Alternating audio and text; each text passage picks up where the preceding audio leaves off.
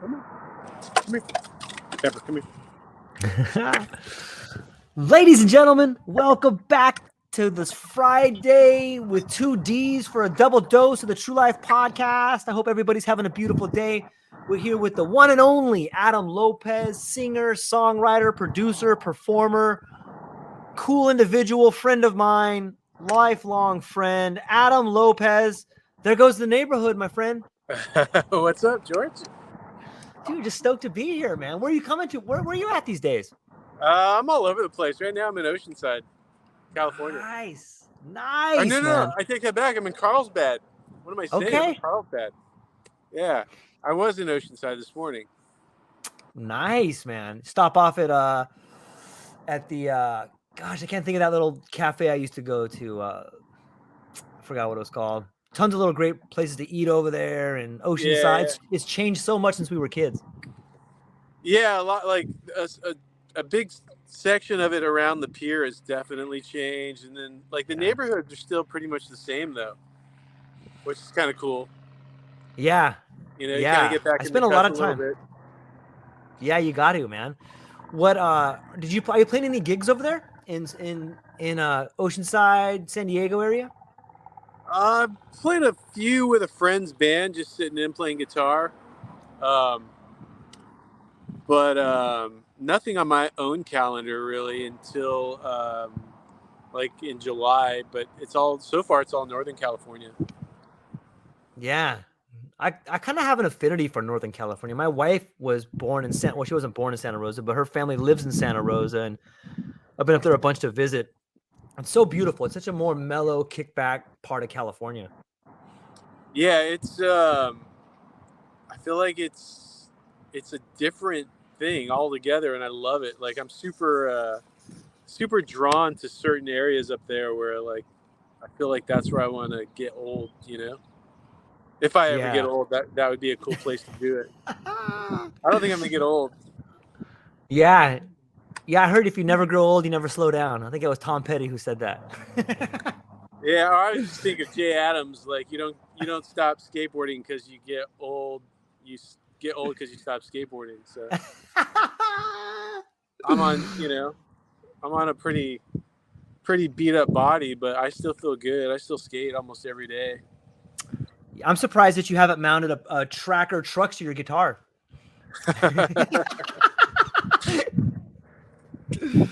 Man. So what, dude, you got a brand new album coming out, man? Or a new tour, right? Or is it both of them? I've got 2 albums that nobody's heard that I've recorded in the last like year. I put a couple of the scratch tracks up on my website like last week. So there's like 3 songs up there if people want to hear them. But I've got 2 full records that are like, I don't know, it's probably 24 songs, maybe 24 new songs that no one's heard. And I just started booking road dates starting like second week of July. I've already got like 3 or 4 dates, you know, in the second week of July, I think.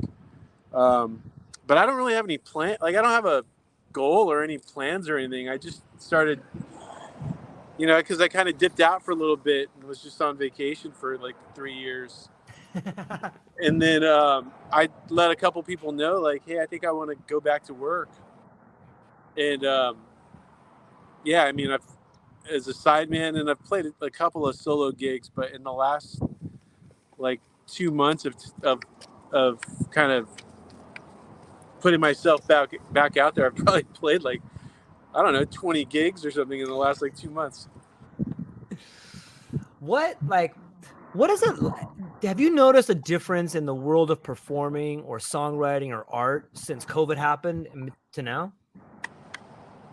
Well, I guess the last time we talked was like it had just become a real thing.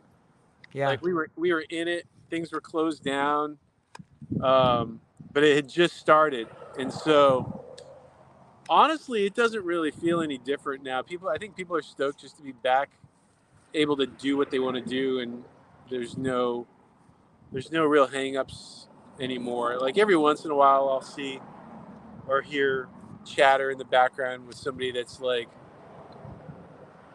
you know, a little cautious or whatever, but not so much like it shows, you know.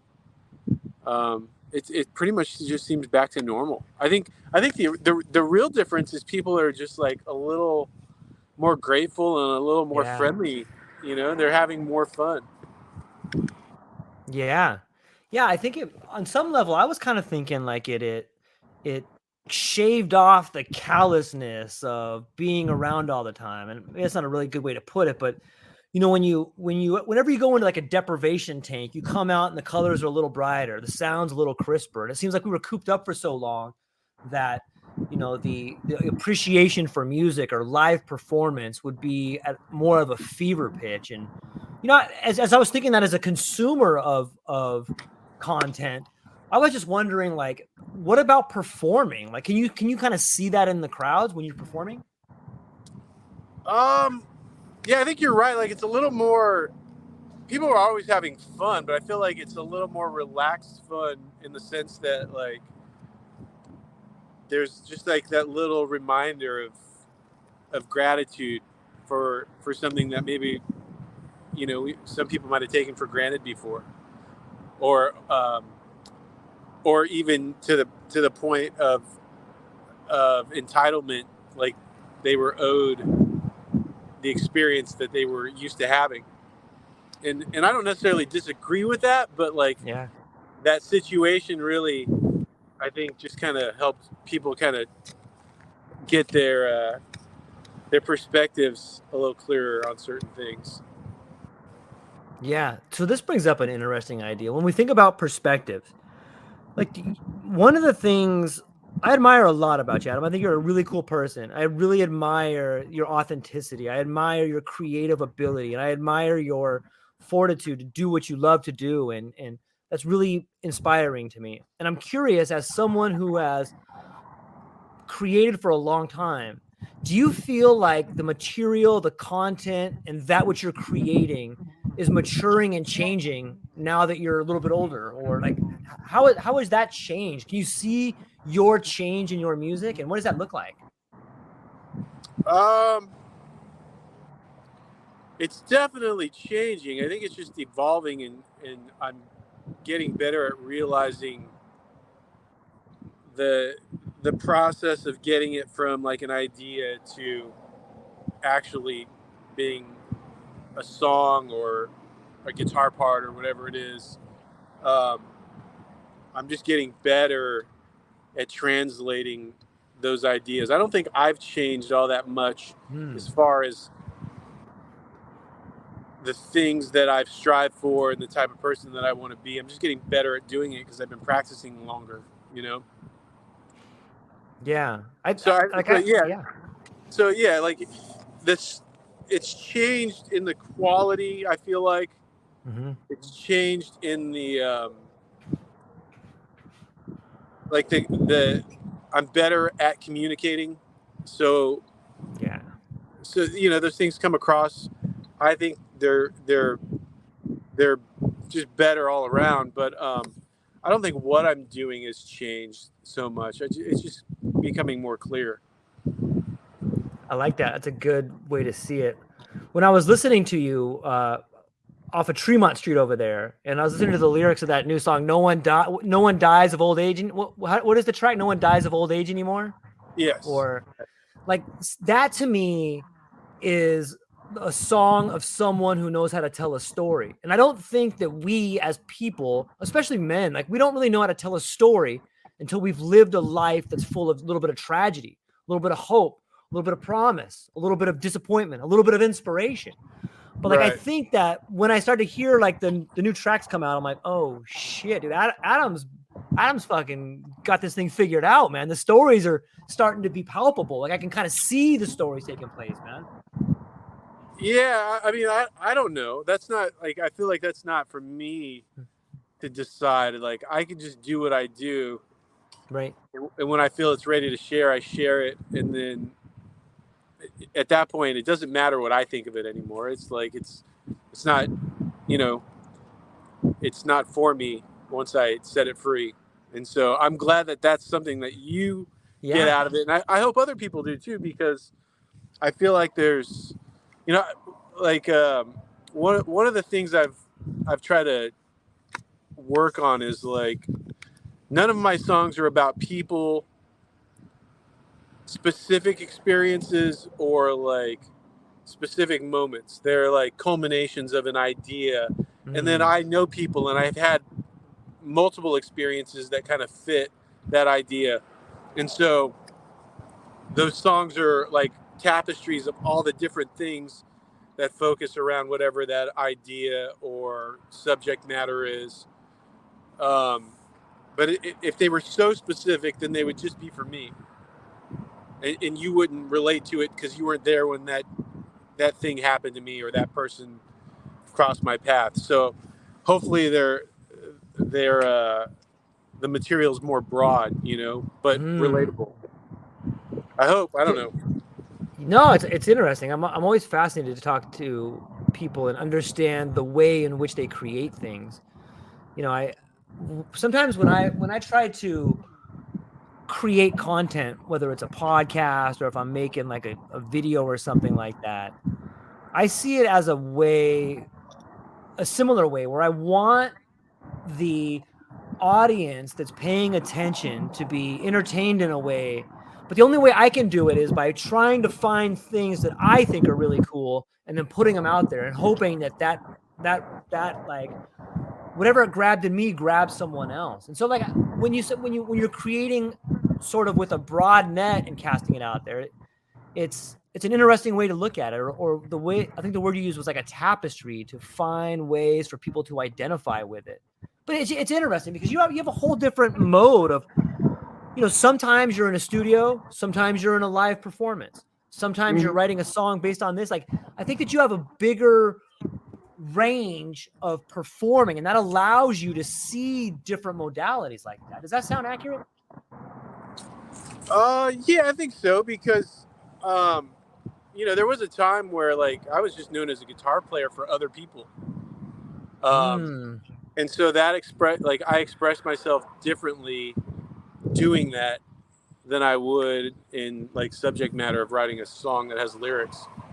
So I think it all kind of blends itself. All those different kind of areas of work that I've done or do kind of find their way into the songs that I write, that I share with people. You know, it's all part of the recipe, I guess. Yeah, I like the idea of the recipe. Sometimes I see it as like playing all the positions on a team. Remember when you're little and you would play soccer and sometimes you play defense, sometimes you were a forward, but it just seems like in life, hopefully we all have the courage to strike out and try different positions instead of just being relegated to the sweeper or just being relegated to a full stop, you know, or back, or, you know, it's good to do that. And you do get an interesting perspective, like seeing the crowd from a guitar player's point of view versus seeing the crowd from the writer's point of view or the drummer's point of view or the lead singer's point of view. You know, it's interesting how those positions may seem similar if you're in the crowd, but if you're up on the stage, man, they're totally different. Yeah. I like, there's like in, you know, most of my work is just as strictly as a musician has been in like more country area of music. And so like country bands, you got guitars and drums and fiddles and bass and steel guitars, acoustic guitars, electric guitars. And there's definitely like the running jokes about certain instrument personality types, you know? I don't know. What are those? I think that's probably going to get us in trouble, but it's funny because a lot of times it's true, you know, like you kind of start to recognize like it's not like all musicians are musicians. There's like personality types and, you know, different backgrounds that gravitate towards playing certain instruments. You know, I don't have any proof of it, but I feel like I've seen it plenty. I've worked with a lot of people. Yeah. You know? And as a songwriter, as a songwriter, that's kind of my job, is to be, is the study of people and their surroundings. So I think I have an inclination towards doing that without even trying to do that, and just kind of people watching from afar. That's okay. You got to unpack that for me a little bit. Like, what does that mean? Like, I guess a songwriter is a storyteller, and as a storyteller, you got to be familiar with the lead character. You got to be familiar with stories and how to tell them, and archetypes and people. So, yeah, like, but it's like you also have to like be able to relate to people too, and right. And that's probably the most difficult part for me, is like I'm good at relating to people. I think I understand people very well, but I'm also like kind of introverted, and I kind of don't put myself out there on like a personal social level with just anybody. But you have to, if you really want to. You can only understand or um, kind of observe only. You can only observe and understand so much from afar. Like, you really got to get in the mix. That might be why a lot of my contemporaries, or like the people that inspired me, um, depended on substances to open them up. Yeah, So that makes a lot of sense. I could see that. Do you think that on some level, performing or writing those songs allows you to be the extrovert? Like, it allows you to participate instead of being introverted? Yeah, it's that, or sometimes I feel like it's forced me to step out of my shell, and my fear or hesitance of doing that was only outweighed by the love of making music, right? So like, and also feeding myself. That's how I make a living. Yeah. Right. So at some point, if I wanted to make a living doing something I loved, I had to, there was a compromise that had to be made, and that was one of them. There's probably a few compromises, but that was one of them. There's something like so romantic to me about being able to make a living doing something you love.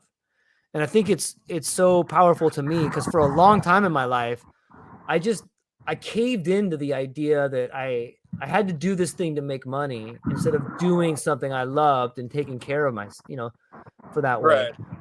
But like, I see you as like, that's another reason why I hold you in such high regard, is that you've always been able to follow these things you love, man. And it seems to me that with that sort of authenticity, with that sort of path, comes a level of self-love that most people don't get, man. Yeah, I mean, it's a little easier now at this age to kind of like look back, right, and see that. But at the time, um, like, I grew up in a shitty neighborhood around a bunch of shitty people. Like, I figured, like, what did I really have to lose by just doing what I figured? Like, if I was halfway intelligent and had a good work ethic, then why couldn't I put it to something I liked and still be at the level that I was, like, starting from, at the very least? And for whatever, like, judgment I give to that situation as a kid, like, yeah, we survived. We were okay. We made it out. So, like, why couldn't I just take all the lessons that I learned about hard work and educating yourself and, being self-aware, and just apply it to something I liked? And I figured at the very least I could still live in the same neighborhood, but at least I wouldn't wake up at, sunrise to go dig a ditch or whatever else, whatever job that was out there, that would have kept me in the same place. Yeah, I know that all too well, man. It seems to me too, do you remember what your first sort of relationship with music was like? You know what I mean by that? Like, Uh, what was it that really, really grabbed you? as far as like the like actual music itself, like what music was it? Yeah, we can start there. Um, yeah, I mean it was just like that early like '50s rock and roll, Chuck Berry, Elvis, Buddy Holly, all that kind of stuff. Little Richard was a big one. Mm. Um, I always equate the first time I heard and saw Little Richard, I got it was like the same. It was the same feeling in my gut the first time I saw Playboy when I was like 7 years old. You know what I mean? Yeah, I know that feeling. Like this is amazing, but I don't think I'm supposed to be seeing this. Oh, And it's beautiful. that's how I like that's how I try to convey to people, like, because it's like getting shocked. You know, like Yeah. it's like literally sticking your finger in a socket and getting zapped. Can you like if you were to see a similar clip of him today, would there still be reminiscence of that feeling? Oh yeah, like I still, I'm a one of the things like when it comes to like the more practical lessons of being like a professional musician, Mm-hmm. uh, and people ask me questions about it all the time. And one of the things I make them understand is like you really have to be a musicologist. You got to know your shit. You got to know your history. Um, and so I practice what I preach. So I still go back and watch old videos and listen to old records, and I still hear things and see things you know, that I didn't see the 20,000 other times I watched it or heard it. And so, yeah, a lot of those feelings are still there. Like I can go, I can go back and taste them again for sure. Yeah, it seems sort of like a boxer would watch old tapes of like heavyweight fights to understand the techniques or understand the performance or understand the conditioning that the other person went through. It seems the same way anybody who's very, you know, I don't want to say religious, but who's someone who's very methodical about being a professional has to go back and learn the lessons from the past, right? I think so. I mean, Yeah. there's plenty of kids right now, like on your Instagram and TikTok feeds, that like, as far as I'm concerned, they have no talent of anything except being popular on TikTok and Instagram. But that's just my opinion. And like, if they're feeding themselves and they enjoy what they do, then maybe I certainly never think like in life in general. I don't believe that everything is like right or wrong, and there's a right way to do things and a wrong. Like there's a bunch of ways to do things, but for me, I I to look myself in the mirror and be like, you're a professional musician, then I feel like I need to know my shit. And if you ask me to teach you or give you advice, I can only give you what I know or what I feel, like my perspective on it, right? But I certainly don't think it's the only way by any means. Yeah. Yeah, maybe it's our age, or maybe it's the system we grew up in, or the elders we had around us, but the idea of professionalism, like a lot of language, seems to be evolving in a way. But yeah, I don't know, maybe it's Yeah, because we grew up in the same neighborhood or something like that. I don't know. yeah, I don't know, but um, it and it's everything should be evolving and changing and Right. growing. So that doesn't mean we're gonna like it, right? Of course not. So if we feel like it's evolving in a incorrect way or a wrong way, Right. that's not necessarily the truth. It's just that we're uncomfortable with it for whatever Right. reason. That's our hang up. Yeah. You know? So I don't like, to answer your question, for me, yeah, I need to be that guy that's a music nerd and knows his history and all that stuff, because it makes me feel better about what I do, and I feel that it makes me better at what I do. Regardless of how I feel about it, it just makes me a better musician. Um, and I have a skill set that um, a lot of these young up and coming like starlets and want to be like, I don't mean want to be in a Right. It's a in a pejorative. negative way. Yeah. I'm just saying like their goal is to be a famous music star or whatever. They can't walk into a studio session and sit down and cut a song that they've never heard before, or necessarily write their own material, or there's a lot of things, or get implement themselves into a 5-piece band that they've never played or rehearsed with, and get on stage and perform for 4 hours and entertain a paying crowd. Like, that's my skill set, and I'm proud of it, and I like it. I enjoy doing it. But those things that I used to define myself as a professional musician aren't the only things that define somebody else as a professional. Sure. Yeah, if we take that angle a little bit, it kind of does seem like there's a pattern of divorcing fame from talent in some ways. And it probably started happening before we were kids, but yeah, I can see that pattern. I can see that pattern there. It's interesting to think about. Well, yeah, like that whole ideal is all over like country music. Most of our it's all over pop music. Like all those acts in the 50s and 60s, very few of them wrote their own material. Right. And the people that write the material generally make more of the money too. So you've got these people that no one's ever heard of that are professional writers and musicians making more of the money than the people you see on your TV, and nobody knows who they are. Same with studio musicians. Right. Now the studio musicians don't necessarily make more of the money unless they're working. They make really good money while they're working, but it's not the type of money where like it's not generational wealth. You know what I mean? I don't think most people have any idea about this. Like the only way I know about it, I remember one of my mentors telling me that like, he used to say, "Hey George, don't be the guy in the flashy jacket." I'm like, what the hell does that mean? And he goes, "Well, Elton John, he wears a flashy jacket, but there's a guy that writes all this music for him. And that guy can run around, that guy can go do everything, and he has all the money. Elton John has the money, but he's also got the fame and the flashy jacket, so he's hindered in a lot of ways." But that was the first time I started thinking like, oh shit, I didn't realize that this performer is sort of like a puppet in a way. And there's this whole team of people behind him.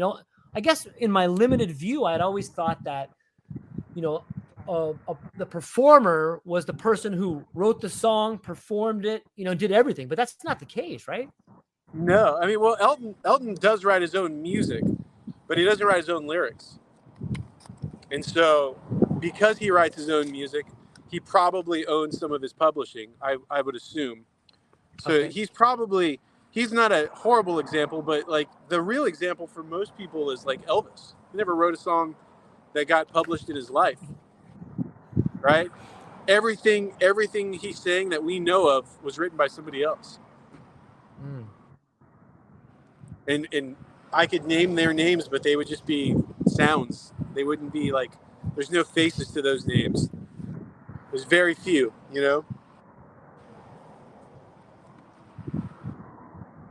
So yeah, business is business, but not all business is the same business. So the music business is very unique to itself. Yeah. Even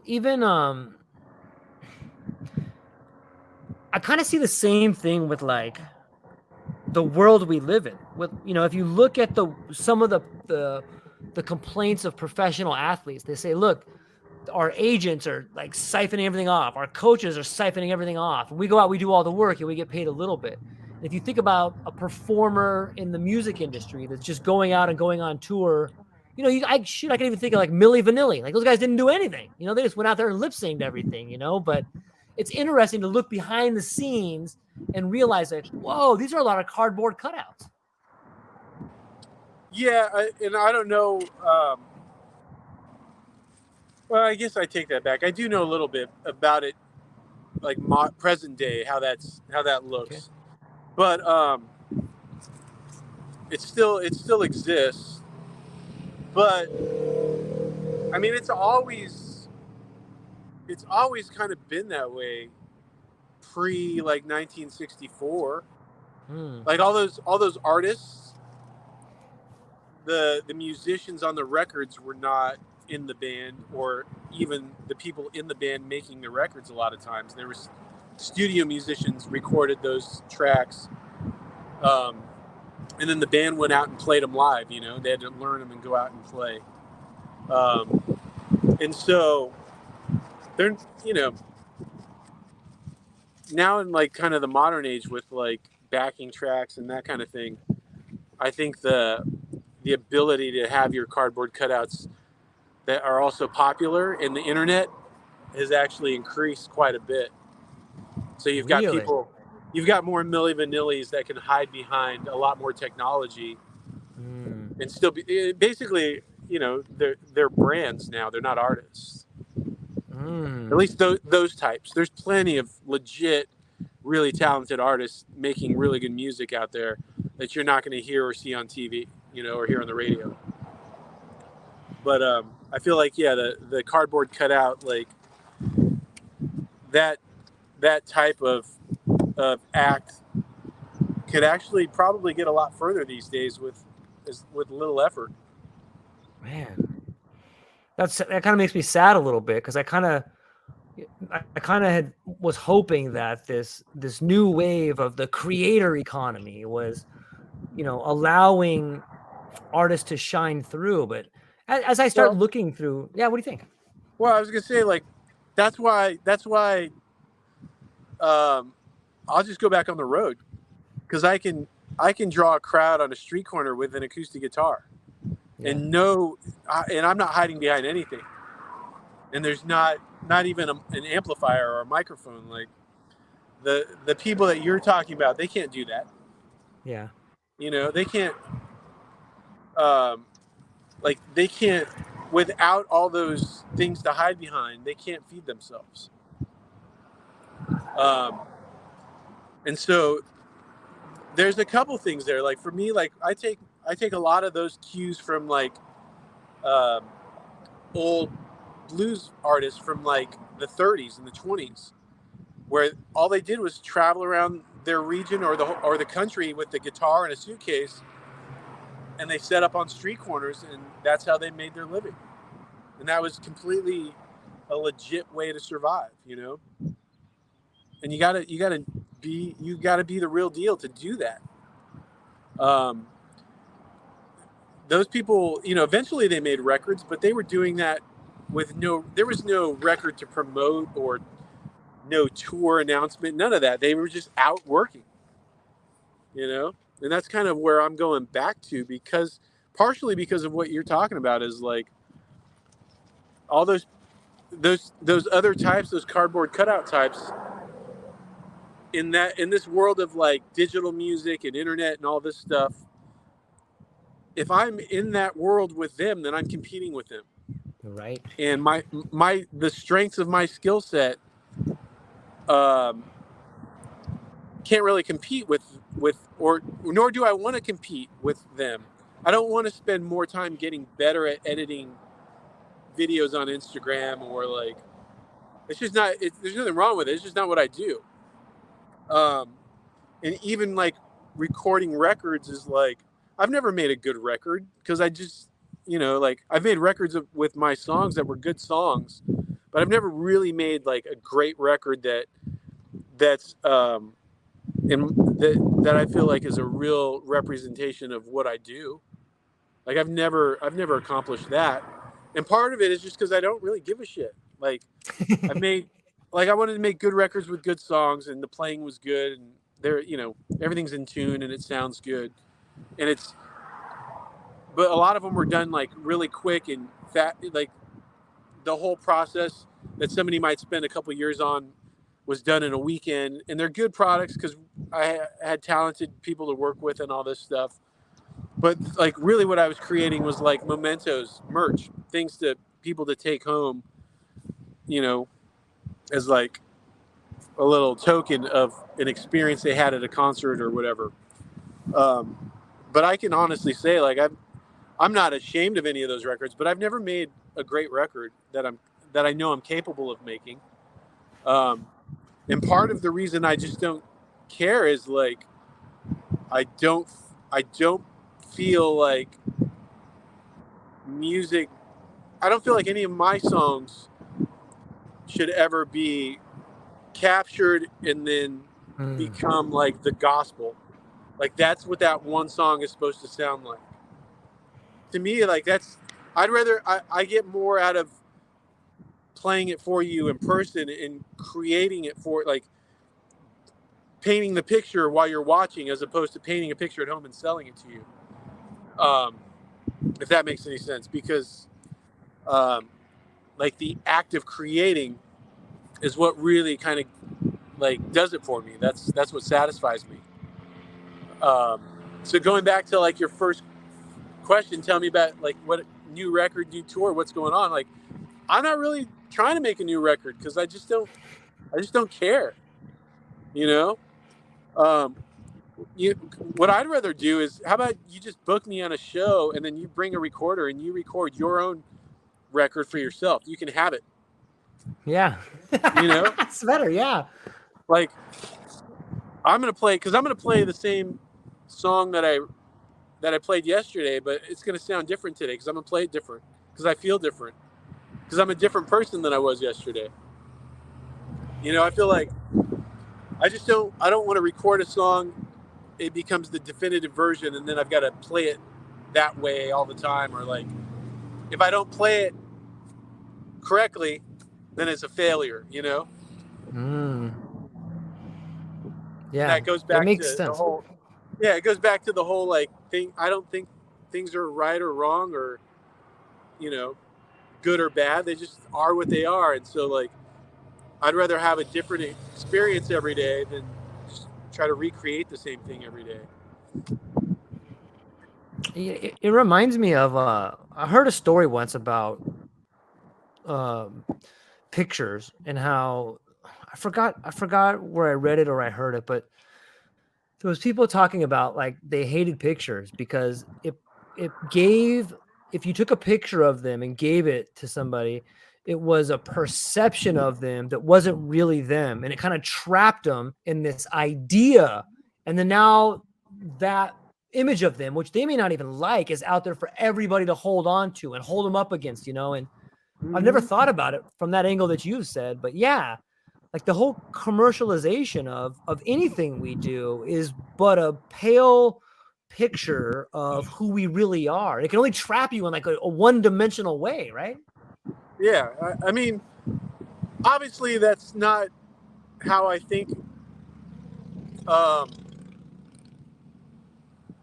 music in general, because Right. plenty of people have made plenty of records that I can listen to every day for the rest of my life, you know. But for me, like right now, I just kind of like I just like simplicity, and I like the act of creating more than the stress of performing. Meaning that like I want to play for people.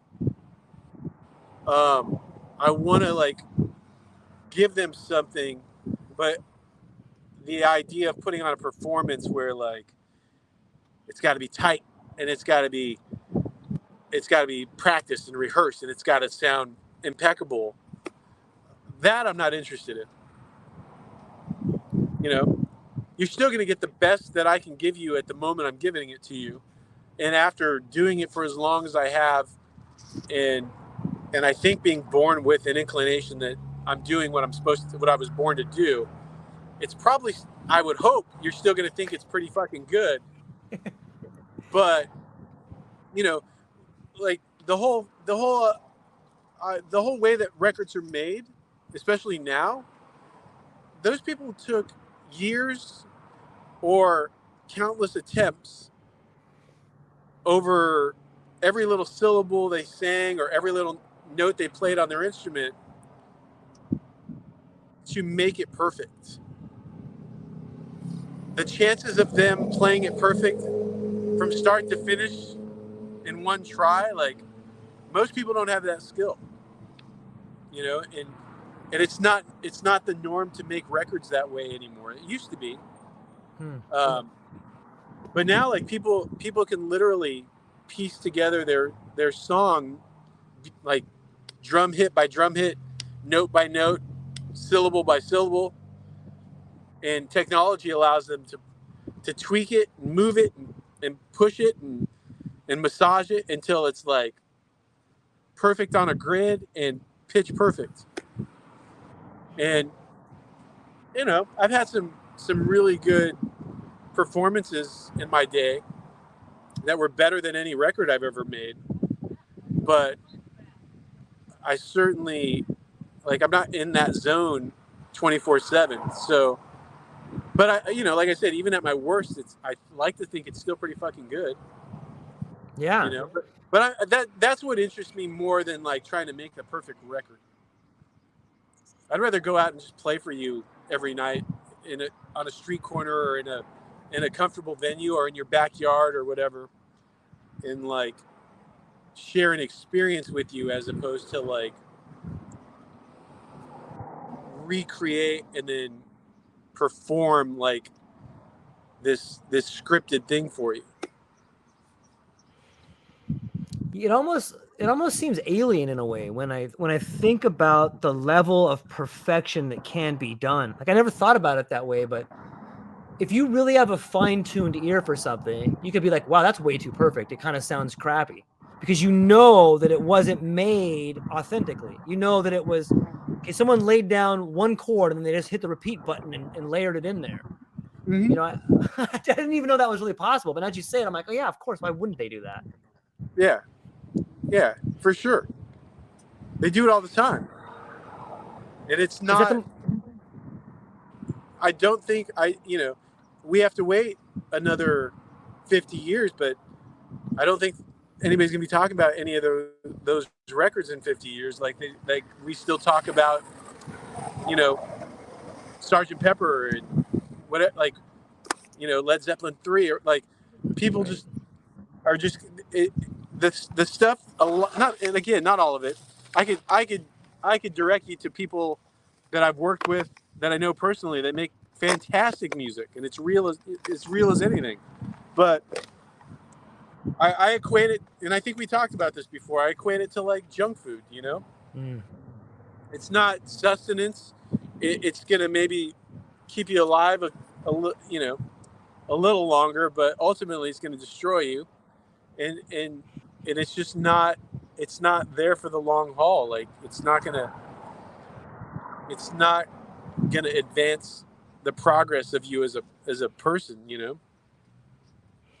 Yeah, it's processed. Here's a box. Here's a flashy label. Get out there, sell it, and try to put as little juice in there as possible and sell as much of it as you can. Yeah, and there's like a pretty well-known clip of an interview with Frank Zappa, talking about the music business used to be run by people that love music. Yeah. And now the music business is just run by people that love money, that are business people, that just, the music business is just another business to them. Yeah. And like when I was a kid, I worked for a guy delivering office supplies. And I'm like, why'd you choose office supplies? And he's like, well, it's just business. And I'd rather work for myself and sell office supplies than work for somebody else doing something I don't like. But at least, like, I have my own business, and it's just business. And that's fine when you're selling office supplies, but when you're selling somebody's heart and soul and their art, I don't think that's how it should be done,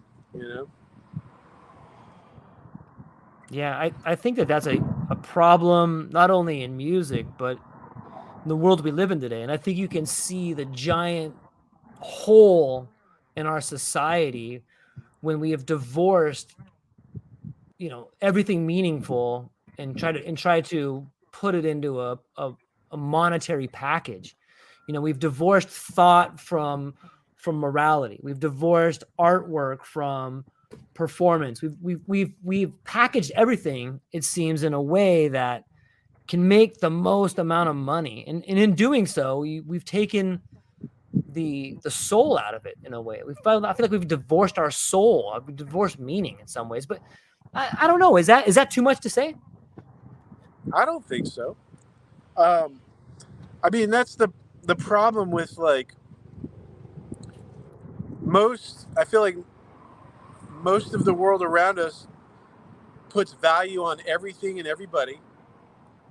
And most of the times when they do that, they're talking about monetary value. Yeah. Right. So, well, art's great and all, but it doesn't pay your bills. And that's more important. And then they don't think about the void in you, in the person, or in the consciousness or the soul of somebody that art fulfills. They don't even, they don't think on that type of level.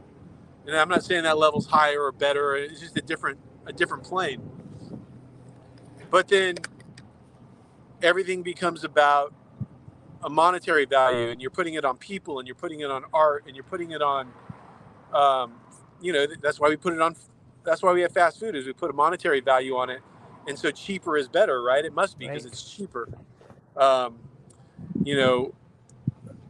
Doing a job that adds to the bottom line, which is money, but destroys the earth, or like destroys your soul while you're doing it. Your art is great, but you gotta do this because it pays more. And I don't buy it. I refuse to take part in that. I love like what you just said about it's like a race to the bottom. We make everything cheaper. But if you just stop for a minute and you go, why would I make my life cheaper? Why would I make what I'm doing cheaper? I should make it better, not cheaper. And if you just step back from it, like, what the fuck am I doing? I'm going to make my life shittier. And I recently come to a spot in my life. I just walked away. Like, I've been a UPS driver for like 26 years. I just got to a point where like, I can't fucking do this anymore. This sucks, man. I'm never home. My wife's doing everything. I don't see my kid. I fucking hate where I'm at. I fight all the time with the people who claim to be in charge, because what they're doing is just trying to find ways to cheapen what I'm doing. They don't really give a shit about the service. All they care about is money. And so I made a pretty big decision in my life. Like, well, fuck it then. I'm not going to do it anymore. And for the first time in my life, I really felt like, wow, I have been living a shitty life for a while. Guaranteed I did all right. I made some money and I did some things. But as soon as I started living a life worth living, I realized how much my relationships got better with my wife, with my kid, the conversations we've had, the way I feel about myself, the way I interact with my friends. And it's like, whoa, just walking away from the idea of quantifying everything, just walking away from looking at everything as a number, you don't realize how immersed you are in the system that sees everything from a numeristic point of view. And when you do that, you on some level, you're reducing the human experience to a number. And it's so fucking narrow pointed when you do that, man. It's so hard to be your authentic self when all you're looked at is a number. Yeah. I mean, I'm at a place right now where, like, lately I've been noticing it, like, just having like, for one, I'm not too into small talk, like, right. Pleasantries and greetings and shit. That's cool. But like, much beyond that, it's like, I feel like you're not valuing the person in front of you, where you're talking about nothing just for the sake of talking because you can't handle the silence. And so one of the things I'm paying attention to more is, like, when people are talking, what are they talking about, and what are they saying that, like, beyond just like the subject matter of whatever conversation you're having. Like, did they just tell me what they like by telling me a negative? Like, did they have to say something negative to say something positive? Or how many times did, like, monetary values or how much money they saved or how much money they spent come up in a subject that has nothing to do with money, right? So like, I don't mind having financial conversations, but we're bringing those things into conversations about totally different subjects. And to me, like that, I'm not participating in that. Like, to me, that's a red flag of what this conversation is probably going to become if I continue to let myself be part of it. You know, um, there's like the mentality of I guess like I've heard it the term uses like poor people's mentality, in that even people with millions of dollars have poor people mentality sometimes, which got me thinking like, yeah, that's the that's the person that's like got all these things but like is sick all the time and unhappy, and like the things are not they're not enjoyable because they're only pleasurable, right? Like scratching the itch of pleasure is not real joy. You know, it's super limited, it's super finite, and when that doesn't work, you're looking for the next thing, and that's, you know, I guess those are the types of things where like I just don't need to be having those conversations. Like if we're going to talk about finances because there's like an issue that we're trying to solve, great. But like if we're talking about like somebody we haven't, you know, a mutual friend we haven't seen in 20 years, and one of the first things I hear is like, oh, he's done very well for himself, made $1 million last year. I'm like, okay, great. How is he though? Is he happy? Is he healthy? Like, you know what I mean? And I find I've been running into a lot of those types of conversations coming at me lately, and it's sad to me, but I also know that like it's not my job to be sad for somebody. That's their trip. They're on their path. They need, you know, they need to live their life, and so the lesson for me is like, how do I still be cordial? How do I still be friendly? And how do I maintain my boundaries of like what's acceptable for me without being rude or like dismissive of them? You know what I mean? I do. I know exactly what you mean. I just feel like we don't value, because everything's, including people, are getting monetary values, and we don't value them as people with feelings and emotions and traumas, and like we're not really we're a lot of people are saying a lot of words, but they're not really saying anything of value. You know, we're wasting a lot of time. Yeah. I like the metaphor of scratching the itch of, the pleasurable itch, because it's so superficial. A lot of the things that we have glammed onto, a lot of the modern ideas of what success is are underpinned by a monetary value. But it seems to me that the real wealth is in creating something. There's a sort of spirituality that comes by giving birth to something you love that other people can enjoy. And that is not given the weight that it deserves, whether it's a piece of artwork, whether it's a good conversation, whether it's a sitting in silence with somebody. There's a lot of ways that the things that are really important cannot be monetized. I feel you, man. It's interesting. Yeah. And I'm hopeful though that like I see some cracks in the future. I'm hopeful for the world that is emerging. Like, and maybe this is just me wishful thinking, but with all like the shit that's going down, whether it's wars or the monetary system going down, I think that is an old system dying. I think that the younger generation is coming up and being like, these ideals that we were living under they just don't work. No one's happy. Our parents get divorced. There's all this abuse. Like, what are we doing? And I think that maybe that, if we look at where we grew up and we look at some of the stuff that not just us, but all kids and all people coming up, I think that they got to see a life that's not working. And I like to think that we're working towards creating a better future. And whether it's finding your way in music or finding your way in creating something that's your own, I think it's the path, man. Like, what advice like if there's kids coming up, what advice would you give to a younger version of yourself, Adam? Ooh. Well, I mean, everything you're saying, I see that as a potential for sure. Like, that's well within our grasp, if not more, as far as like rising to like a new level of consciousness. Yeah. Yes.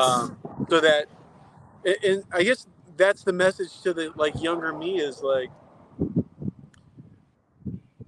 all of those little, because I've been this way, this kind of curious seeker, I guess I would say, since I was a little kid, like 5-6 years old. Like, I knew, like, looking at the adults around me, I knew that they were unhappy. I knew that they didn't realize how unhappy they were. And I knew that they thought that's what life was. They were content in their unhappiness because they just thought, well, that's what life is, and so we're actually doing okay because if this is what life is supposed to be, then we're good at it. We're good at being unhappy, And a lot of people are. A lot of people. That's disturbing. Like, they're very good at it. Yeah. And so I guess the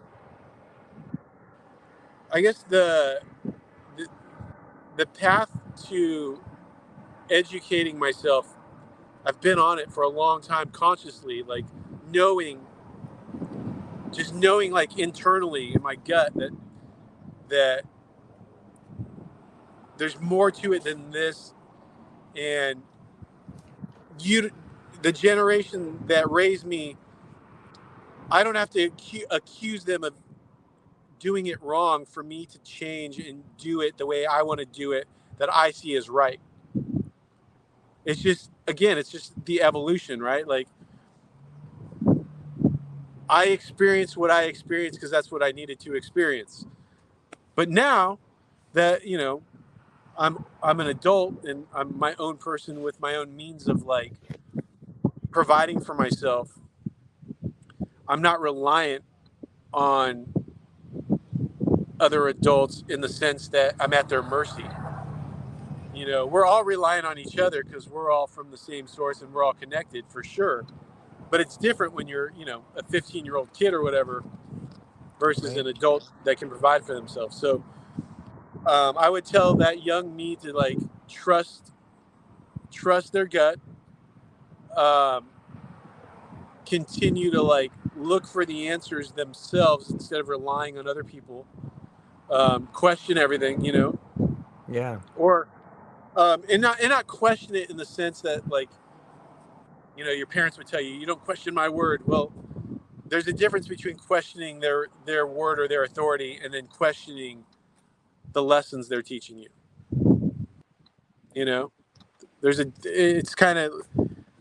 It might be a little gray, but there's definitely like a difference. And so you should question things that your gut tells you should question, and you should find your own answers in your own path and like and then trust in it, Yeah, I like that. I think that is something that everybody could do to find a more rewarding and authentic life, is just to listen to that little voice that talks to you. Because I found out, man, that if you don't listen to that voice, it stops talking to you, or it gets real faint, man. But once you start listening to it, all of a sudden, things get a little clearer. And if you start listening to that voice, I think the world around you begins to open up, man. There's this thing that's kind of been floating around my world, Adam, and it's this idea of generational trauma. Like, I've been speaking to a lot of people about it, and I've even seen it in my life where, I've found out, a lot through a lot of giant mushroom trips for me. But like I've figured out that, whatever battles I don't fix, my kid's gonna have to fix them. And that's given me a lot of courage and a lot of, ability to face things that I normally would have just put off. And I don't know if it's part of being my age, or maybe it's, it's just something that's happening to a lot of people around the world. But what's your take on generational trauma, man? And have you found a way to navigate that in your life, or do you even think it's a thing? No, I was just talking about this to a friend a week ago. It's out there, man. So, like, here's what I said to her. I said, I don't believe in hereditary. Like, when people get sick, or people get diagnosed, or people turn to drugs and alcohol, and they write it off as hereditary, I don't buy it. Those traumas that cause those things do find their way into your being, your DNA, for sure. But hereditary really just means you were taught by the people that raised you, right? So those things are the result of lifestyles going back however many generations it took for it to implement itself in you. But none of us, I don't think any of us, maybe 0.001% of people at the most, or whatever, might be where, like, there's literally a freak of nature accident where this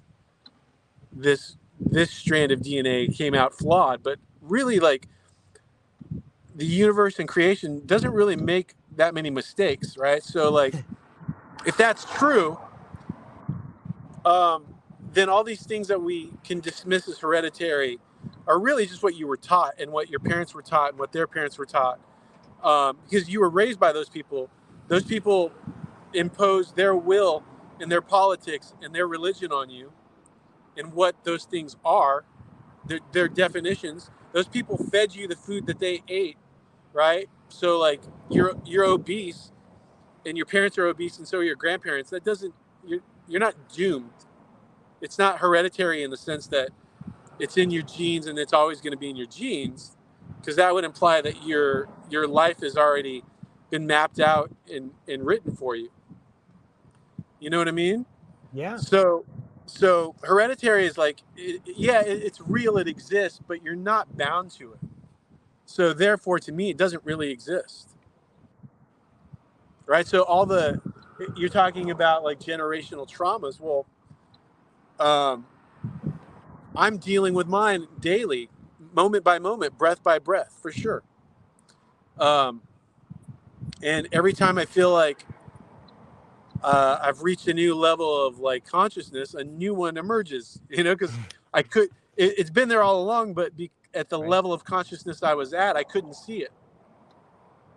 Right? So these things are gonna, maybe one day I'll get to a point and they'll stop showing up.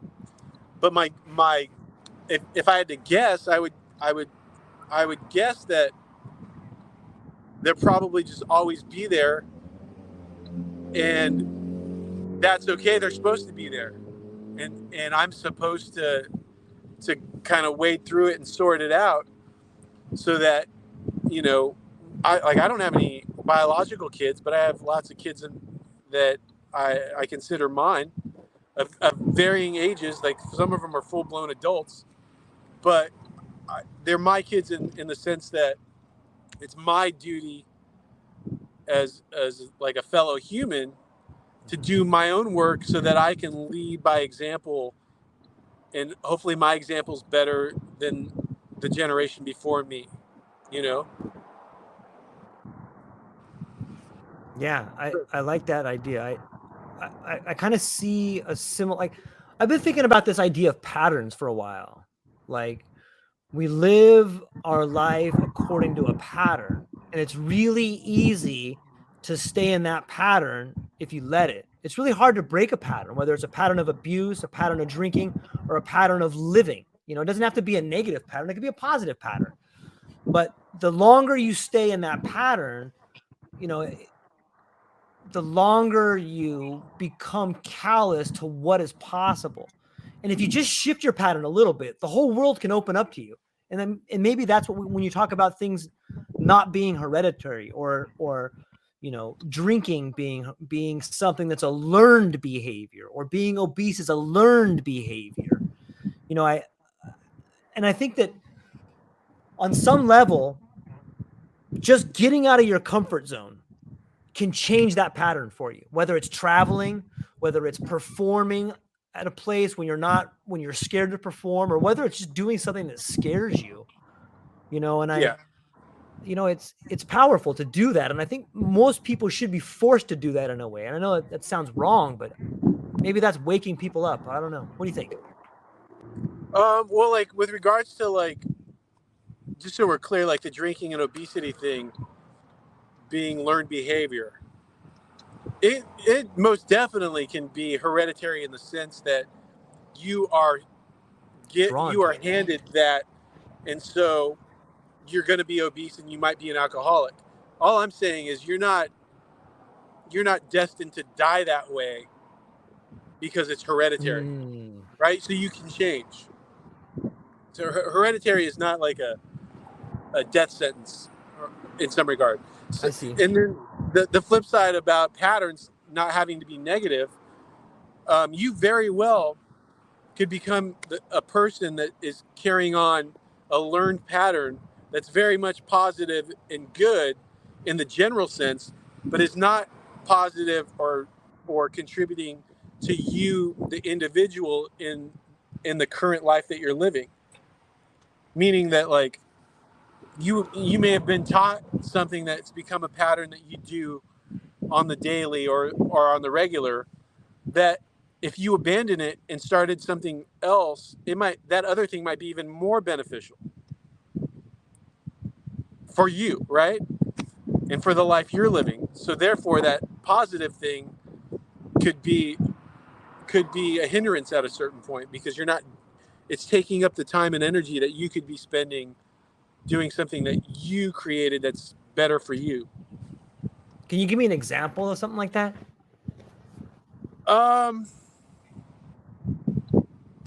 This one might be yes, I can.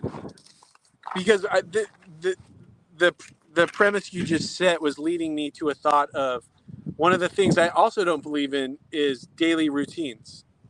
Okay. So I can think of instances where being taught hard work and being reliable and being somebody that shows up not just on time but early, those are all positive things in like the big picture. Those are all good traits that you should have. But if the person that taught you them in the sense that it becomes a daily routine, in the sense that you have to adhere to certain practices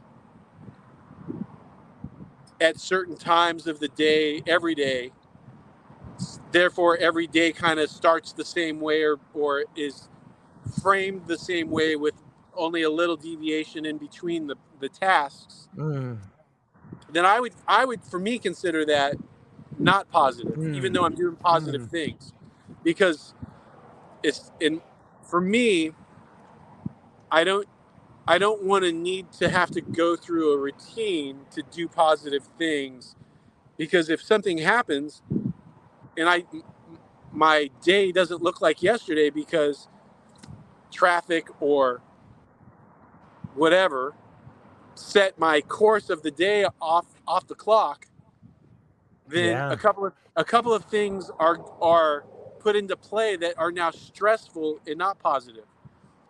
One, I don't believe in the sense of time. Obviously, we need a clock to coordinate and collaborate on things, but like in the big sense, time doesn't exist. So now my routine is offset and I'm off the clock, so to speak. Right. And now I feel bad. And so now I've put into motion a whole chemical chain reaction in my gut and in my brain. And my day has become harder to enjoy because I feel bad because I didn't do something that I'm supposed to do because that's what my daily routine says I'm supposed to do. And then that in turn makes it hard for me to be productive and reliable and self-aware and creative, as opposed to I'm those things no matter what, and I can be those things without a routine to reel me in and keep me on track. Because if I get knocked off that track, then I'm floundering. But if I can wake up every day and be those things that I need to be without any kind of like structure and still get shit done and still feel good about myself, then what have I lost? I don't think I've lost anything. You know, if anything, I've gained freedom. And that's why I'm sitting here having this conversation with you. Yeah. And I've already booked some gigs and generated some cash flow on just a seemingly random schedule. But like, you know, I don't know if I can turn my camera around, but I'm looking at the ocean right now while I'm looking and talking it to you. It's sitting in the sun and I'm not behind a computer. And it's not costing me anything, except it would be costing me a whole lot if I was in an office behind my computer having to do the things that I need to do to generate income. Yeah, I love it. I think that if people can begin to understand that time is something that's used to constrain us, not only in the way we live, but who we are. Like it's this man-made limiting idea that puts us into a box and makes us controllable. It's like, you know, I've been thinking a lot about this idea of time, like, and how much better the world might be if we just broke all the clocks. I'm thinking about writing a science fiction novel. We just break all the clocks. You know what I mean? There you go.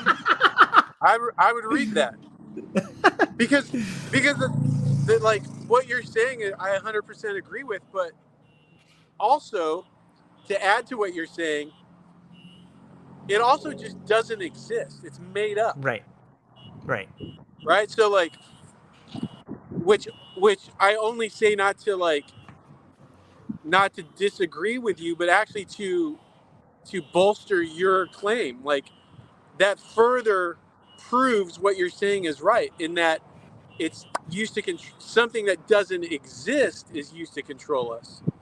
Yeah. To me, that's more powerful than just saying time is used to control us. Yeah. You know, so I only say that to back you up. Yeah, you know, there's something to be said about the eternal now. Like that's the only time that exists. And if you look back at any history book you've ever written or maybe if you look back at any history book that you've ever read, it's only an account of someone's opinion of what happened. You know, there's no true real history that happened. And so it's just an opinion of what happened. The only only thing tangible is right now. Right. Okay. So earlier you asked me about perspectives and how you know the idea of them is interesting to you. Yeah. And what you're saying now about history being written, right? So I always think of it this way, like perspective really is both real to the person that has theirs, but unreal to other people to see that person's perspective. Meaning, like if I stand up right now on the earth on my feet, there's not a single person that can get my perspective in that particular spot, because only one person can stand in one spot at one time. So everything else might be close, but it's still a deviation away from that original perspective. Nobody can stand exactly where I'm standing and have the exact same perspective. They can stand next to me. They can even kind of lean into me and get their eyes just below mine, but it's always a deviation from mine. It's never going to be the same one. It's impossible. And that's both the tragedy and beauty of life right there, because no one will ever see what you have, and no one will ever see what no one will ever see what you see, and no one will ever see what you see. It's at the same time beautiful and tragic, right? Yeah, that's it. And like, you look at people that do podcasts and interviews like this, and you go into the comments section, which you should never do, but you do it just because you can't. It's like you can't help but look, and there's going to be the people that are like, this guy's full of shit. This guy's telling lies. This guy's misleading people. But like the reality is like I'm not doing any of that. I'm just like speaking from the place I'm standing, and I'm not telling you that I'm right and you're wrong, or that my way is right and your way is wrong, or any of that. And there's a lot of people that do the same thing and get shit for it. But it's like that's not the problem. It's like the awareness of what is really happening versus what you think is happening. That's where maybe you're having some static. Because I don't have it, and I don't have any with you doing what you do. Yeah, this brings up this. I've been reading a lot of this guy Marshall McLuhan, who is like a philosopher in the 50s, and he spoke about the different mediums in which we learn, and he talked about how language, specifically when we became more literate, when books became, when the Gutenberg, the printing press came to be, it fundamentally changed the way we see the world. And he talks about how, reading a book and reading the letters on that book create this new thing of exact repeatability. And like, it's a crazy thing to think about, but just think about the concept of exact repeatability. Like that takes away the images. It takes away the nuance. It takes away perspective. If I can give you a book and you can repeat exactly what I said, you can say the same words, but you can never say it in the same context. You can never say it in the same position. And like, he just talks about how from that point forward, we just deviated off a course, because information and knowledge was never supposed to have the exact repeatability. It was supposed to be something that I told you and you moted over in your head, and then you came up with an idea about it. And now we get into the concept of time. Now we get into the concept of the cardboard cutouts that we were talking earlier, or the studio gangsters, or the studio music, and this profound pornographic idea of exact repeatability. You know what I mean? It's like a virus in a way. Yeah. So like that goes back to like my whole thing about just not really giving a shit about recording records anymore. Yes. Right. Yeah. Like bring your own recorder to the show. And, I love it. And like if 20 people did that, they can't all put their microphone in the same place, right? They've got to put it where they're feeling it. Yeah. So 20 people are going to go home with 20 different sounding recordings and have 20 different experiences, but it's theirs and they captured it. So it's not my version that I made that they're buying and taking home. It's their version, which is kind of cool. Dude, that's fucking awesome. Are you kidding? Like, that runs counter to every other person's like, hey, I don't want any cameras in here. I don't want anybody recording stuff. You're like, no, bring your own shit. Make your own album. Like, it's so much better, Adam. Yeah, that's so much better. That's yeah. So my next album, I don't know. You tell me, right? Like, I don't know what it looks like or sounds like, or I don't even know what the title is. You're gonna come up with your own. That's so much better. That is such a better way to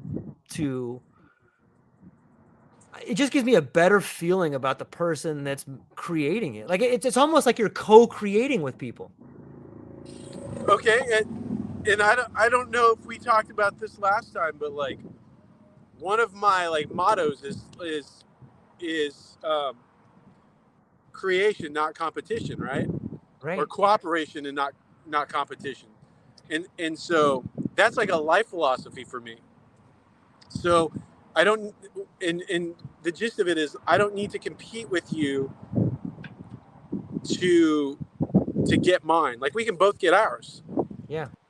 There's enough to go around. So like, yeah, like if that's how I'm making records now, is we're making them together.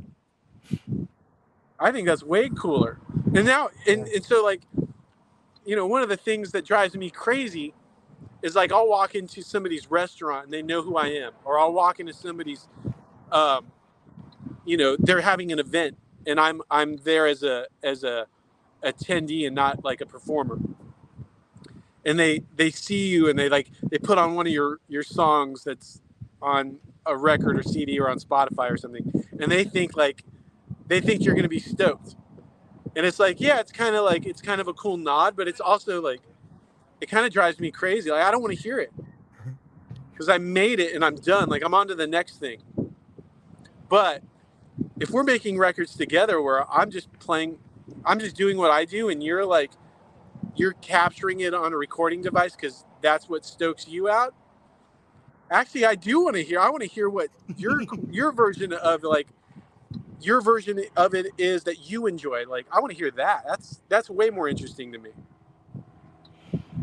Yeah, that is interesting. I heard gosh, I forgot who it was, but there was an artist that came out and said, "Look, you can use any of my material, but if you make any money off it, like let's release it together." Like they kind of waived their copyrights a little bit, and they were like, "Yeah, look, here, use all my stuff. Just put me in there, and you know, if you make over this amount, let me know." You know, I was like, "What a cool way to kind of re-release, you know, the creative spirit a little bit." You know, I don't know. It's interesting to think about.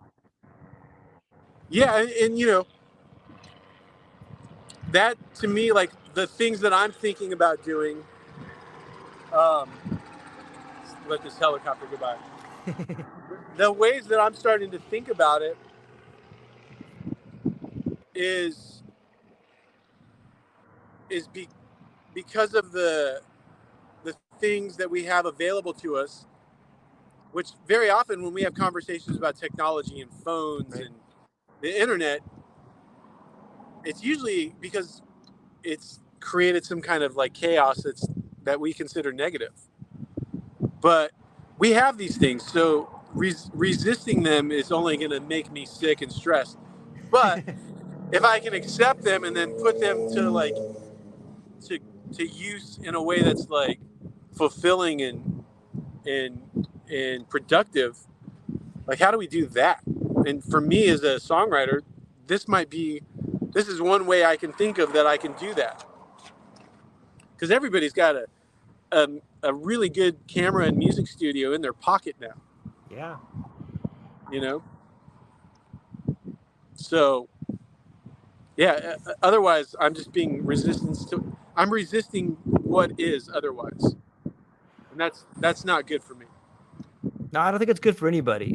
The you know, on some level, resistance can build muscle, but resistance to something that can be a resistance to something that can help you sounds like getting old. You know what I mean? Yeah, they're no different really at that point. Mm. You know, if it can help you and you're still resisting it, then like, yeah, you're still basically doing the same thing of not fulfilling or not giving nutrition to your soul, you know? Yeah. Yeah. I think just having that concept of why am I resisting this thing that can help me? Like that's the world knocking on your door. Like, hey, I'm trying to help you. Why are you resisting this? You know? And it just gets louder and louder until you do something. Yeah. Yeah. And it's going back to talking about those patterns, and then you get stuck in those patterns, and it gets easier and easier to not provide nutrition for yourself. Right. You know, one of the things that I hear people talking about is like the idea. I'm kind of losing my train of thought, but like,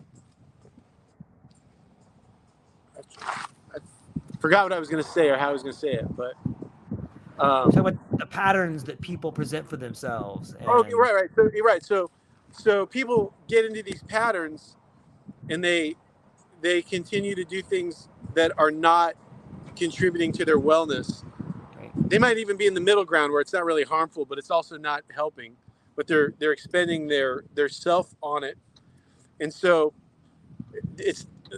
I see the idea that we are confusing doing what feels right with we're doing what feels comfortable.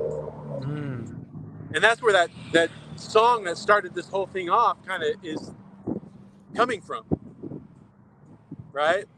Like it's we're not dying of old age, we're dying of self-imposed lifestyle choices and limitations and poisons, and a lot of those poisons we create inside of us because our body and our being is fighting back against lifestyle choices or thoughts.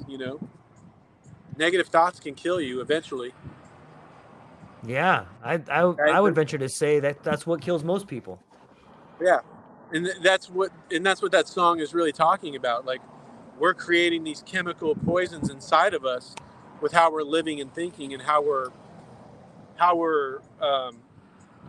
like our relationship with the world around us. Yeah. Yeah. Yeah, it makes So, sense, man. that one little 2.5 minute song that only has like a verse and a chorus, it's like 2 paragraphs. That's what we've been talking about for almost an hour and a half. But it's not. We're not like, it's fulfilling. It's not small talk, and that's kind of where I'm at with things.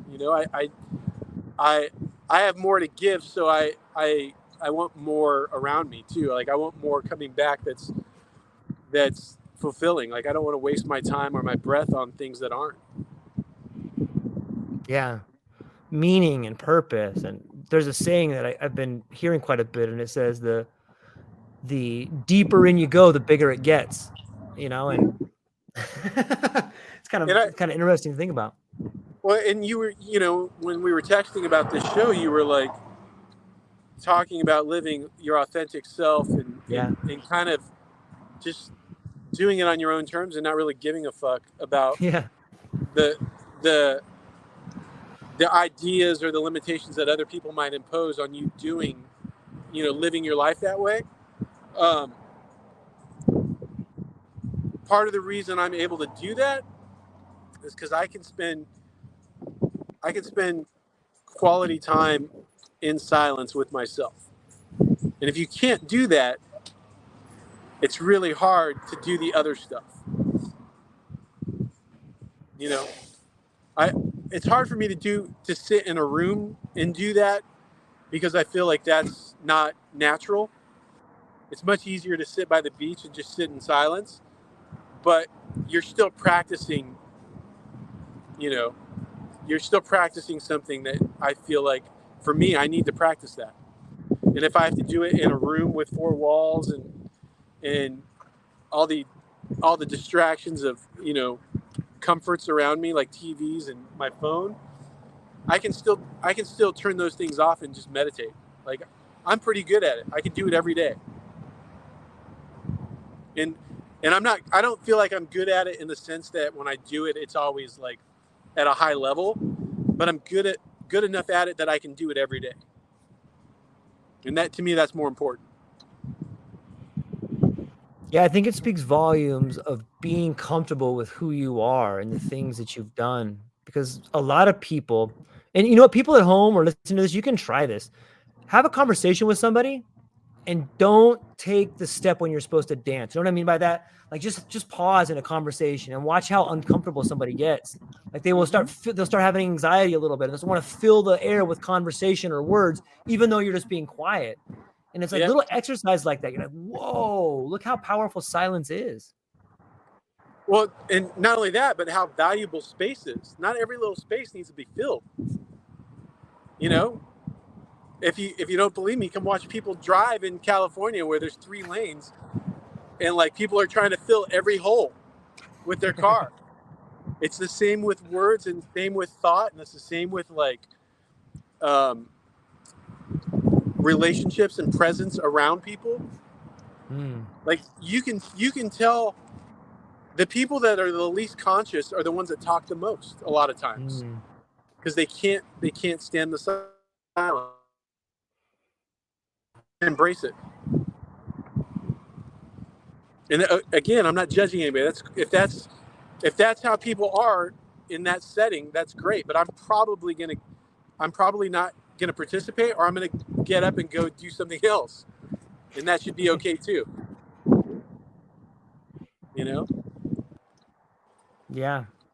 I think sometimes, isn't it interesting that we have somewhere along the lines decided that money is free speech, and if you fill things with words, so too do you fill things with money. You fill that void with money or things, like, look at this thing that I got. Well, that takes away that space, and now I don't have to worry about that because I'm this. It's interesting. Oh yeah, yeah. Or like, I had a relationship with but like the idea that because I have more money or I'm worth more money, my voice is more important than your voice. My opinion matters more. Even if the subject in which you're talking about, that person has less experience and knowledge of, they get to control that space more because they have more money, and that's how that space becomes a toilet. At least, Yeah. At least that's one way. But that is certainly a thing with some people, and whatever. That's cool. That's they have a right to live and experience their own thing, but I'm not going to participate, and I have that right. Absolutely. And I think that it's in rebellion to these ideas that we don't like, where a lot of great art is created, because there's some things that, and I think art or creativity is one of them, that speaks louder than any one voice. Creating something is like a symphony that drowns out the mundane, monotone voice of one loud voice. Does that kind of make sense? Yeah, I think so. Yeah. I feel like we've kind of we're on the same page. We're kind of saying the same thing at this point. Yeah. Yeah, I agree. But it's real. That's those are the things that, to me, those things are real. That's what I'm seeing around me, and like those are the things that I'm trying to like learn how to coexist with and like get along with. Because even though I don't subscribe to those things, if being around those things or people that subscribe to those things brings out a reaction in me, even if I don't express it, if it's internal and it's a negative reaction, then it's not them that are causing it, it's me. Right? Because as far as I'm concerned, like nobody can make me feel or think a certain way. No one. It's my choice. Yeah. So if we're living in a world and that includes those other things that I don't have a taste for, I still have to learn how to like maintain who I am in the presence of it. And that's what I'm working on now. That's my job for me.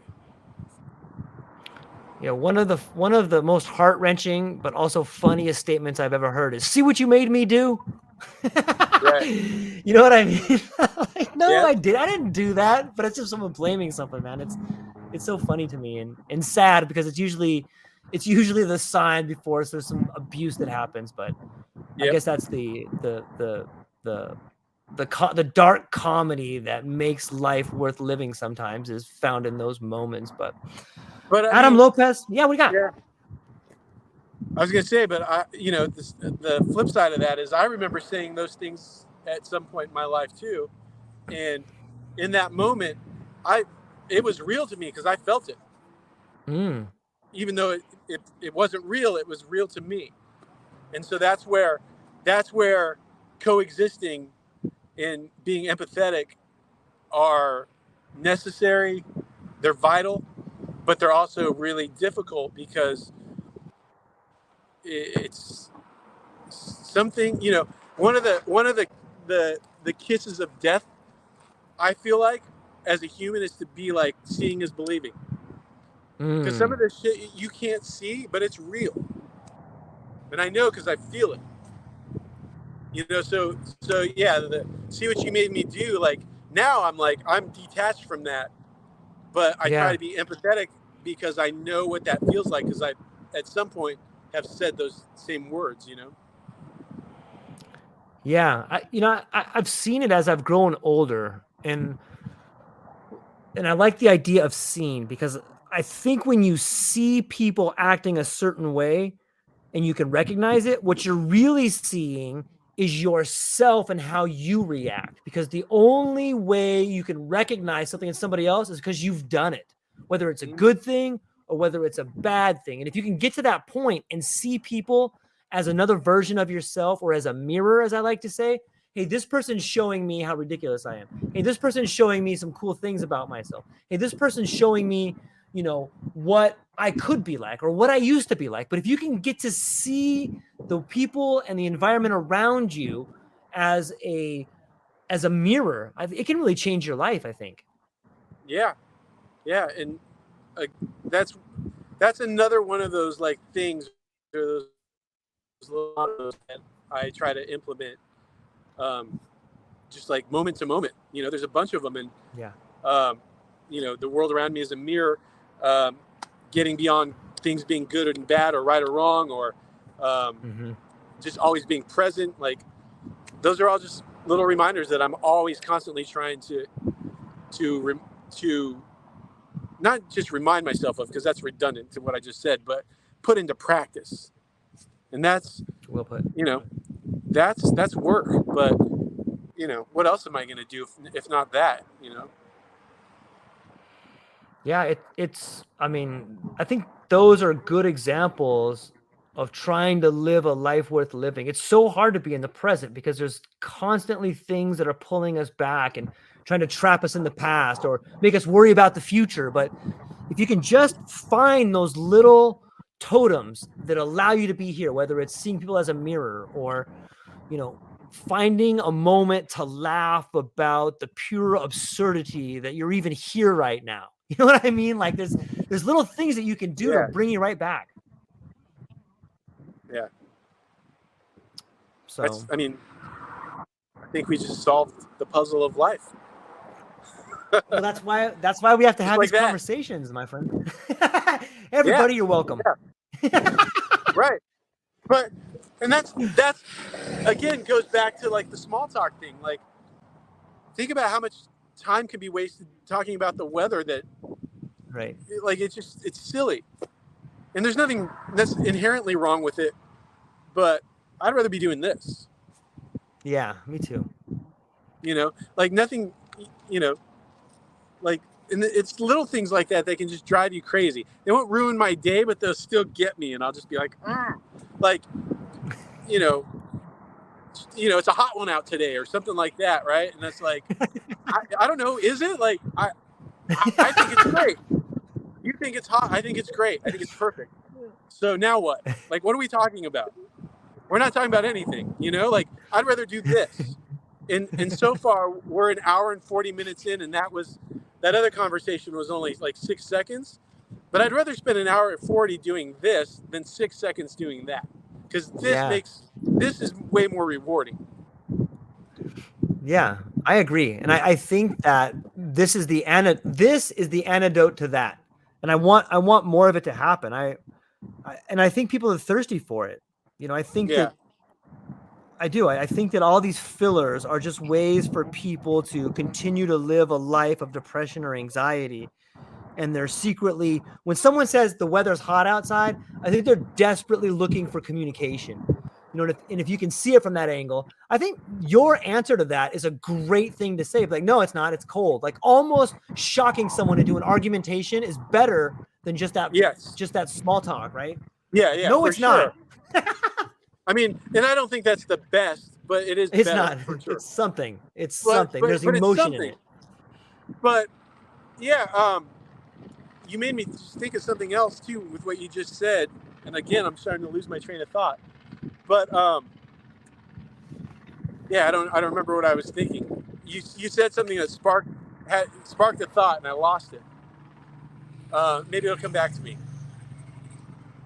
Yeah. Well, here's a comment that our friend Sarah Ann put up. She's saying, let me see if I can put it up on the board here. Okay. So Sarah Ann says maybe they are trying to get out, but it's not so natural for them.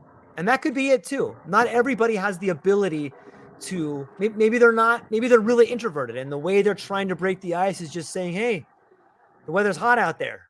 You know what I mean? Maybe we're being too hard on them, Adam. Yeah, and that's what I'm saying. I'm not trying to say it from a point of like judgment or like you're wrong, I'm right. I'm just saying like that's an example of a way where like it sparks something that I have to work on. It's not about them. I'm talking like the judgmental part or like the critiquing. I'm not critiquing them. Mm-hmm. What I'm saying is like that's a critique of my weakness or like my lack. I'm lacking something that is having trouble being empathetic to that. You know what I'm saying? Right. Like that's what I'm trying to get at is like I'm not trying to dog that person. I'm saying like I got some holes in my game and that's one of them. Right. And so Sarah also says, look, I'm surrounded by negativity. And I think that if you are surrounded by negativity, then you have to be your own positivity at that point in time. And, maybe that means getting outside and going for a walk. Or what do you think, Adam? What do you do if you're surrounded by negativity? Yeah, go ahead. I don't see that's of the same conversation we were just having, but it's like it's the other side of it. Like somebody small talking me about the weather and me getting irritated, that's me. So similar but different. Being surrounded by negativity is like that's also me. I'm not surrounded by it. I am it, and I need to change my thoughts, and I need to change my perception of what's around me, or I just need to remove myself from my environment. And that's a little like that truth is a little harder to swallow than the other one because it's taking responsibility for something that's kind of uncomfortable. But that's how I see it, and that's how I deal with it. So I'm not pointing the finger at Sarah, but like if you're going to ask my version or my opinion of that, it's on me. I've heard the quote before that like attracts like, water seeks its own level. And that's both good and bad. Because if you are the reason, or if you are attracting things in your life that are negative, then you could flip that switch and attract things in your life that are positive, right? It's just a matter of flipping one little angle on that. And maybe that's, for me, when I have found myself in pretty negative spots in my life, it's usually I'm either trapped in the past, which is, I heard that the definition of depression is being trapped in the past, and the definition of anxiety is being trapped in the future. And so when I find myself surrounded, yeah, well, it makes sense, right? Sorry. I mean, if you're either beating yourself up for the past, and maybe this is part of it, Sarah, maybe you're beating yourself up for something you did in the past, or someone did to you in the past, or you're worried about what's going to happen in the future. But the truth is, you cannot control either one of those things. And I bet no matter where you are right now, if you're not getting punched in the face, or, you're not in the midst of a huge trauma, then right now, everything's okay. At this moment, everything's okay. And if you can begin there, you can begin to branch out after that. It's just a matter of recentering yourself on some level. But yeah, that's my version of it. And for Sarah, maybe that's not like what she wants to hear. I don't know. I'm just saying, like, as an example, like maybe that's coming off as like pointing the finger or just not a positive solution to a negative situation. But to me, that's how I see things. So like if I catch myself saying I'm surrounded by negativity, I'm not trying to change what's around me. I'm trying to look inside and try to figure out why I see negativity. Because one, I don't, is it negative or is it just how I see things? Because do we see things as they are? Or do we see things as we are? And I tend to think we see the world around us. Our perception of it is what our perception of ourselves. So if I think everything around me sucks, it's because I'm having an issue with myself. and sometimes, I honestly believe that our biggest tragedies in life can become our greatest gifts. And that I mean that because when you're surrounded by the worst things ever, like you have to find a way to get the fuck out of there. Like you have to find out what is it that's keeping me here. And usually that pit of self-loathing or whatever, if you don't live there, you can find some real fertile soil there and be like, whoa, you know what? You know why I'm doing this? Because of this. And then you find out, like, holy shit, I do that. I need to stop doing that. But I think that our greatest tragedies, and maybe not at the moment, and it may take years to get through your greatest tragedies, and you may have to do, 7 grams of mushrooms to figure it out. But the truth is, once you figure out what it is that's really dogging you, you can begin to overcome it. And it can even become the foundation for you to build a rocket ship on and explode out of there. But we have to have it, man. Yeah, I mean, if you're not learning anything while you're living, then what's the point? And so all those, yeah. If you can kind of, to me, if I can get beyond positives and negatives as far as Right. judging situations or people, then it's all what I choose it to be. It all has the potential to be a lesson, and it all has the potential to turn into something that is like um, a source of energy for me, positive energy, even the bad stuff. Yeah. So, yeah. Absolutely. Well, that's just me. What do I know? Well, I think you know a lot, man. You're someone that I look up to in a lot of ways, man. And you've always been an incredibly authentic person to me. And I love the fact that we can be apart for so long, but our conversations always end up in an area like this that's fruitful and it's not superficial and it's deep and it's inspiring and fun. And for those that are watching right now, check out Adam Lopez music, because I think a lot of this conversation is what drives him and it's what goes into his artwork. And I think it's awesome, man. So before I let you go though, Adam, where can people find you, man? What do you got coming up? Adam Lopez Music. I have a calendar on there. There's a handful of like NorCal, Central California dates that just went up in the last like 2 days. After that, I don't know. Like I'm booking shows now, pretty much every day. They're coming up after being kind of, like I said, kind of retired for a couple of years. So because I'm just now kind of coming out of my cave, the dates aren't piled on the calendar like they normally are. It takes a couple months to kind of get them backlogged a little bit. But I'll be in like Sacramento, Monterey, kind of that zone, Santa Cruz in July. And then after that, I don't know. I've got a few offers to go like towards Texas, towards Colorado, kind of the usual. Like my usual zone is like the diamond of like Colorado, Texas, and then Tennessee and California. I've gone to other places quite a bit, but that's like the main zone. So yeah, it's pretty much changing like on the daily where people, are inviting me back out. So Yeah, the, man, that's awesome. the website's the easy way to keep track of everything, but Adam Lopez Music is pretty much all the social medias too. Okay. Yeah, it's pretty much the same for everything. All right. Awesome.